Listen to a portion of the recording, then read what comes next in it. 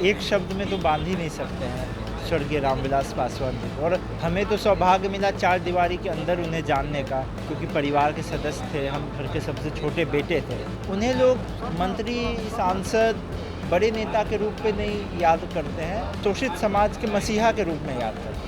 लेकिन तब भी अभी लोगों के बीच में जो उनकी छाप है, अभी भी उनको स्मरण करते करते लोगों की आंखें नम हो जाती हैं। नमस्कार, दर्श न्यूज़ देख रहे हैं आप और मैं हूं आपके साथ स्नेहा मनोज। देखिए, स्वर्गीय रामविलास पासवान की आज जयंती समारोह है और ऐसे में बड़ा आयोजन राष्ट्रीय लोक जनशक्ति पार्टी की तरफ से किया गया। और ऐसे में देखिए, बातचीत करने के लिए हमारे साथ यश पासवान जी भी मौजूद हैं। आज जयंती समारोह है, बड़ा कार्यक्रम है, ऐसे में उनको याद भी कर रहे होंगे इस खास मौके पर, क्या कहना चाहिए? देखिए, हमारे नेता, हमारे पिता, हमारे अभिभावक, जिसे इंग्लिश में कहते हैं हमारे इंस्पिरेशन, हमारे आइडल, बड़े पापा को हम एक शब्द में तो बांध ही नहीं सकते हैं स्वर्गीय रामविलास पासवान जी को। और हमें तो सौभाग्य मिला चार दीवारी के अंदर उन्हें जानने का, क्योंकि परिवार के सदस्य थे, हम घर के सबसे छोटे बेटे थे।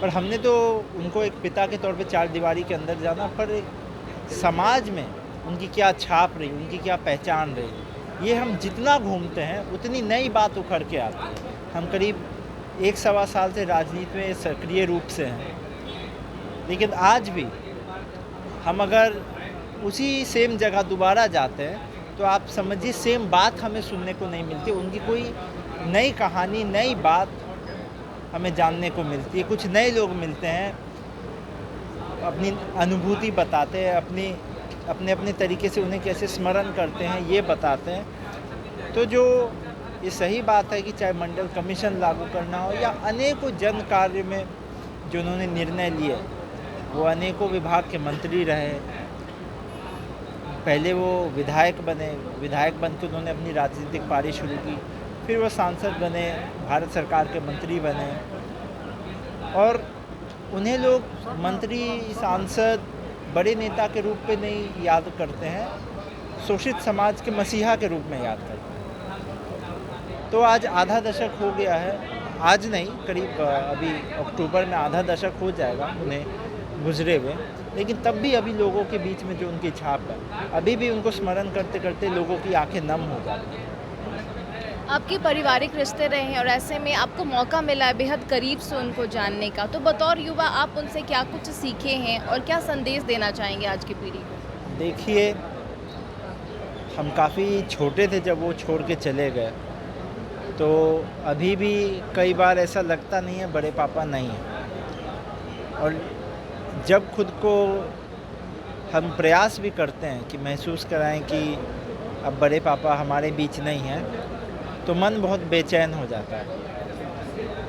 पर हम ये ज़रूर कहेंगे कि जनता के लिए वो एक नेता के रूप में नहीं थे, एक परिवार के सदस्य के रूप में थे। इसीलिए उन्होंने पार्टी का भी जो संचालन किया, वह एक आम तौर पे जनता, नेता, कार्यकर्ता इस रूप में संचालन नहीं किया, हमेशा परिवार के रूप में संचालन किया। इसीलिए हमारी पार्टी में जब डिवीज़न भी हुआ, बंटवारा भी हुआ, तो आपने देखा होगा कि इस पार्टी में पुराने सारे पदाधिकारी जो बड़े पापा के समय में थे, नए तो जुड़े ही, लेकिन पुराने सारे के सारे यहाँ मौजूद, एक कुछ को छोड़ के के सारे इसी तरफ मौजूद रहे, चाहे उनके जो जो लीडरशिप में काम किए हुए। तो इसीलिए कैसे सबके बीच में अच्छा माहौल रखे।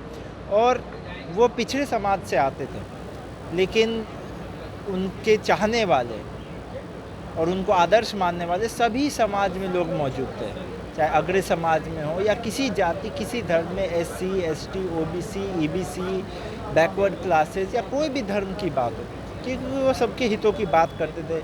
करीब 2000 ईस्वी में जब हमारे पार्टी का गठन हुआ, तो हमारा पार्टी का जो मुखपत्र निकला था, उस मुखपत्र में तभी उन्होंने डिमांड किया था कि जो अग्रिम पायदान पे जो जो समाज की जातियाँ हैं, उसमें भी जो गरीब है, जो आज EWC कैटेगरी बनी है, इकोनॉमिकली बैकवर्ड क्लासेस, उनके लिए आरक्षण उन्होंने 2000 ईस्वी में ही मांगा था।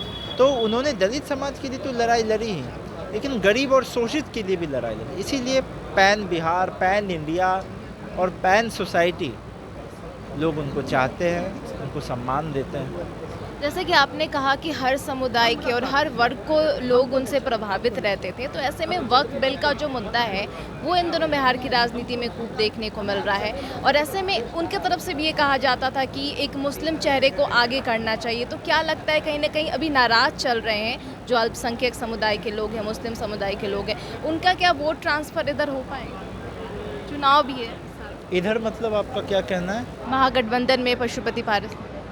देखिए अभी तो हम महागठबंधन के हिस्सा बने नहीं हैं, पर देखिए हमारी पार्टी दबे कुचले पीड़ित शोषित और अल्पसंख्यक के लिए लड़ाई तो शुरू से लड़ती रही है। आप लोगों को सभी के जहन में होगा कि 2005 में जब हमारी पार्टी किंग मेकर की भूमिका में थी, तो हमारे नेता और हमारी पार्टी ने साफ तौर पे निर्णय लिया था कि नहीं, हम उस गठबंधन का किसी का भी हम चाहते तब तो अगर हम तब के यूपीए अलायंस के साथ जाते उसकी सरकार बन जाती, हम एनडीए के साथ जाते उनकी सरकार बन जाती, लेकिन हमने निर्णय लिया कि जो भी मंजूर हो जाएगा कि अल्पसंख्यक को मुख्यमंत्री बनाना है तो हम उसी के साथ जाएंगे। तो कभी भी नीति में सिद्धांत में स्वर्गीय पासवान जी ने कभी कटौती नहीं की और ना हमारे पार्टी ने कटौती, तो इसीलिए अल्पसंख्यक का साथ तो हमेशा हमारे साथ रहेगा ही रहेगा। चुनावी साल है और ऐसे में आपके चुनाव लड़ने की भी जो चर्चा है वो खूब राजनीति में देखने को मिल रही है, उसमें क्या तैयारी है और किस क्षेत्र से आप चुनाव लड़ते हुए दिखाई देते हैं? नहीं देखिए अभी तो हम पार्टी के काम में लगे हुए हैं। अभी आप देख ही रहे हम लोग पार्टी के कार्यक्रम से नवंबर से ही बहुत ज़्यादा ही रेगुलर कहीं पे सभाएं, कहीं पे बैठक, चाहे प्रखंड स्तर हो चाहे जिला स्तरीय, सब कुछ चल ही रहा है। और हाल फिलहाल में तो हमारे नेता श्री बड़े भाई श्री प्रिंस राज जी ने दलित चौपाल हर जगह आयोजित करने का जो निर्णय लिया उस कड़ी में हम लगे हुए हैं। और जहाँ चुनाव लड़ने की बात रही तो वो हमारे लिए प्राथमिकता नहीं है। अगर पार्टी हमें आदेश करेगी और चाहेगी चुनाव लड़ने के लिए तो फिर हम ज़रूर लड़ेंगे। अब कहाँ से लड़ेंगे, क्या लड़ेंगे या नहीं भी लड़ेंगे, क्योंकि जैसे हमने आपको बोला कि हम उत्सुक चुनाव लड़ने के लिए बिल्कुल नहीं है। देखिए जनता अभी बदलाव मांग रही है। अभी हम पूरा बिहार अपने नेताओं के साथ घूमें और हम एक लाइन में ज़रूर कहेंगे कि बिहार मांगे बदलाव। तो बदलाव के लिए हमारी लड़ाई है, हमारा संकल्प है। आप देखिए अभी समाज का क्या हाल है, हमारे प्रदेश का क्या हाल है। पटना में ही कल क्या हुआ गोपाल जी के साथ, एक संपन्न व्यक्ति, एक समृद्ध व्यक्ति, उनके साथ इस प्रदेश की राजधानी में क्या हुआ, उनकी गोली मार के हत्या कर दी गई, आपको पता ही। और सिर्फ राजधानी की बात नहीं है, अब बिहार के अन्य जगह में देखिए तो दलित और शोषित के साथ और गरीब के साथ तो अन्याय हो ही रहा है। जो समाज में जिसने अगर अपनी कुछ पहचान बना ली या वो आर्थिक रूप से संपन्न हो गया है, समृद्ध हो गया है, वो भी सुरक्षित नहीं है।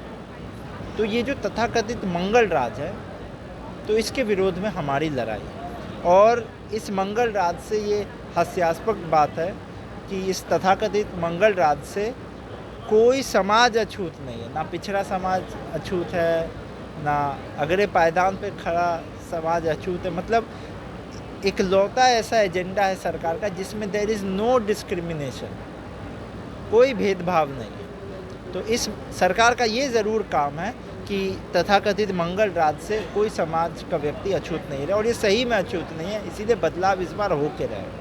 चलिए शुक्रिया बातचीत करने के लिए। तो ये थे यश राज, क्या कुछ कहते नजर आए, क्योंकि देखिए आज खास मौका था, क्योंकि खास तौर पर स्वर्गीय रामविलास पासवान की जयंती समारोह का मौका था। इसको लेकर के क्या कुछ कहते नजर आए, और बिहार में इस साल चुनाव है, इस लिहाज से भी क्या कुछ कहते नजर आए, आपने साफ तौर पर सुना। सहयोगी रवि के साथ स्नेहा मनोज, दर्श न्यूज़, पटना।